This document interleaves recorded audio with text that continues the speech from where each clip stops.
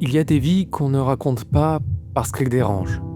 Elle a refusé la facilité. Elle a choisi la souffrance des autres plutôt que son propre confort. Elle s'appelait Simone Weil, philosophe, ouvrière, combattante et figure de vérité absolue.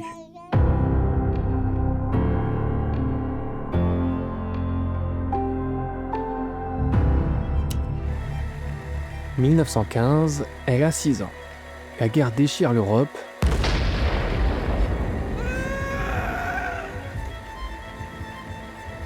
À table, sa mère lui tend un morceau de sucre, elle refuse.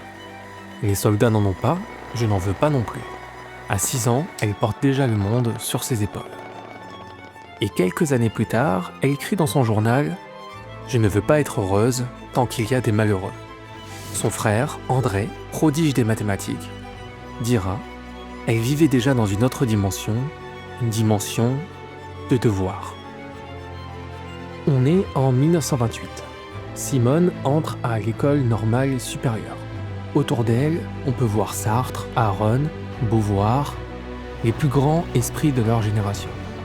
Simone de Beauvoir écrira même plus tard « Elle avait la pureté d'un saint, elle n'appartenait pas à notre monde ». Diplômée, Simone devient professeure.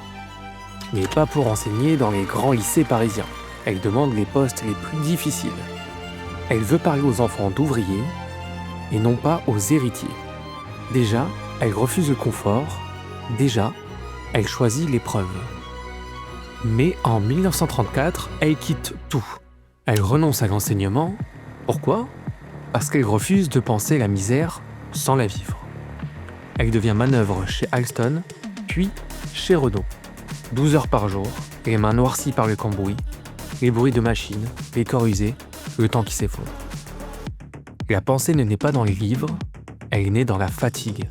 Ce que Simone vit ici, dans le vacarme des chaînes de montage, dans la répétition insensée des gestes, c'est ce que des millions d'ouvriers ont enduré chaque jour durant toute l'ère industrielle.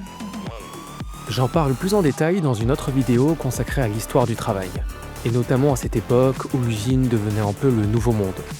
Vous pouvez la regarder après celle-ci pour mieux comprendre ce que signifie travailler jusqu'à se perdre.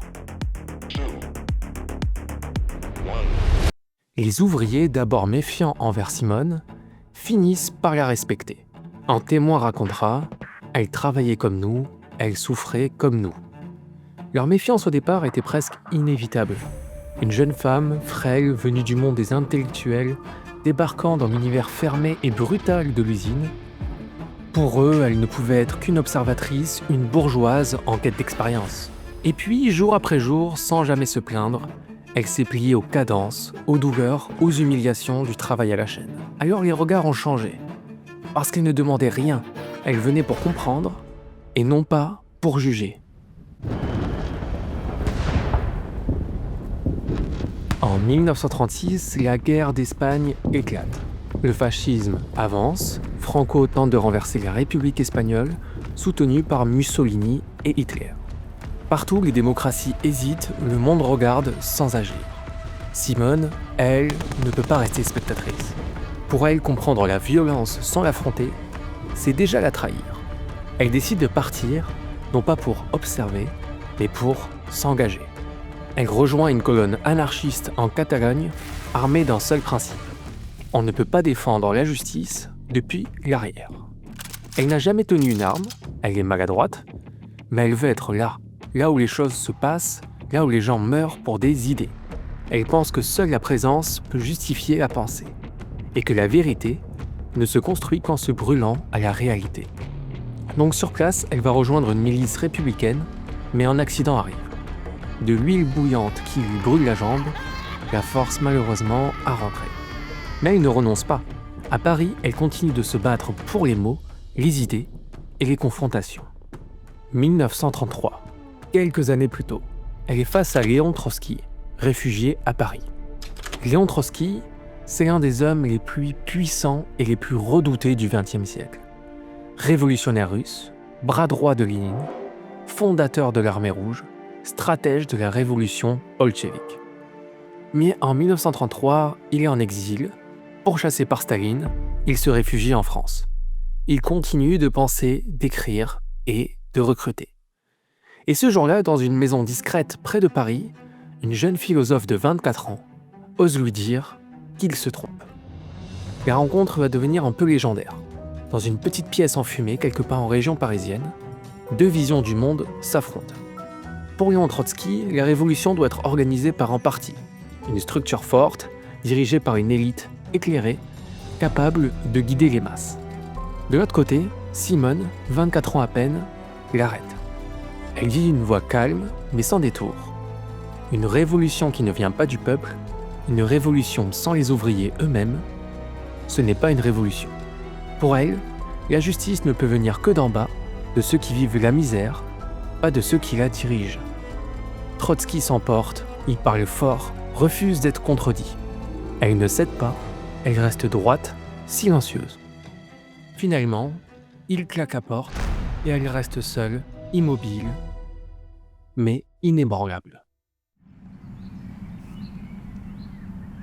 Un jour, Simone entre dans une église presque par hasard.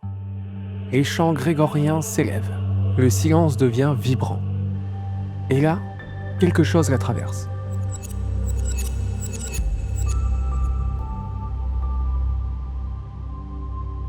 Une paix soudaine, une certitude douce. Elle écrira plus tard « La grâce est descendue en moi sans que je l'appelle ». Ce n'est pas une conversion, ce n'est pas une révélation religieuse, c'est une rencontre, avec quelque chose de plus grand qu'elle. Elle refusera toujours le baptême, parce qu'elle ne veut exclure personne, ni les croyants, ni les athées, ni les mystiques, ni les silencieux. Ce qu'elle cherche désormais, c'est la vérité, pure, intransigeante et ouverte à tous.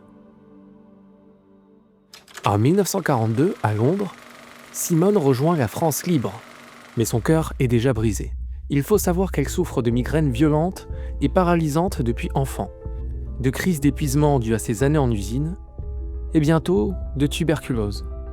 Mais ce n'est pas que son corps qui est brisé.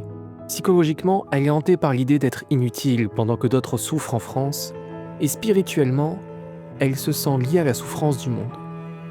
Elle ne pèse plus que quelques dizaines de kilos. Elle aurait pu se reposer, se soigner, mais elle refuse. Pour elle, rester à Londres pendant que les Français souffrent, c'est une forme de confort qu'elle ne peut accepter. Trop faible pour être envoyée sur le terrain, elle rédige des plans d'urgence pour ravitailler les villages français après la guerre. Elle travaille seule, la nuit, et refuse de manger plus que ce que mangent les Français sous occupation, aggravant encore son état. Même malade, même effondrée, elle refuse d'arrêter. En 1943, l'inévitable se produit. Simone Weil tombe gravement malade. La tuberculose est installée, son corps est devenu si fragile qu'un simple effort la laisse haletante. Elle ne pèse plus que 34 kilos. Les médecins la supplient de se nourrir. Ils lui rappellent qu'elle n'est pas en France, qu'ici, à Londres, elle peut manger, qu'elle doit manger. Elle secoue la tête. Je ne peux pas prendre plus que ceux qui souffrent en France. Pour elle, manger davantage alors que d'autres manquent de tout serait une forme de trahison. Elle ne veut pas vivre un peu mieux. Elle veut vivre exactement comme eux, jusqu'au bout. Mais si cela signifie ne pas survivre, elle cesse peu à peu de s'alimenter. Elle continue d'écrire, puis elle se tait. Elle pèse 34 kilos, elle a 34 ans. 34 ans à se battre contre toute forme d'injustice. 34 kilos d'une vie offerte au monde. Le 24 août 1943, Simone Weil s'éteint. Non pas par désespoir, mais par fidélité à ceux qui n'avaient plus rien. Simone Weil dira « Il n'y a qu'une faute, ne pas aimer ».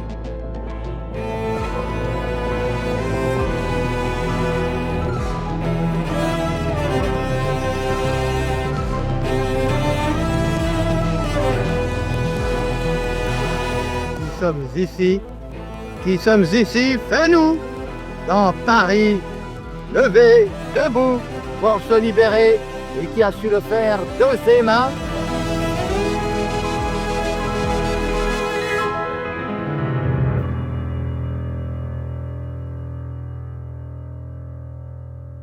Simone Weil n'a laissé ni fortune, ni monument, seulement des mots, et une vie qui brûle encore comme une flamme dans la nuit. Et si cette histoire vous a touché, vous a fait réfléchir ou simplement donné envie d'en apprendre un peu plus sur Simone Weil, vous pouvez soutenir ce travail en vous abonnant à la chaîne. C'est gratuit, mais ça change tout. Activez la cloche pour ne pas rater les prochaines vidéos, et si le cœur vous en dit, laissez un pouce bleu ou un commentaire. C'est ce qui permet à ces récits d'exister et de circuler.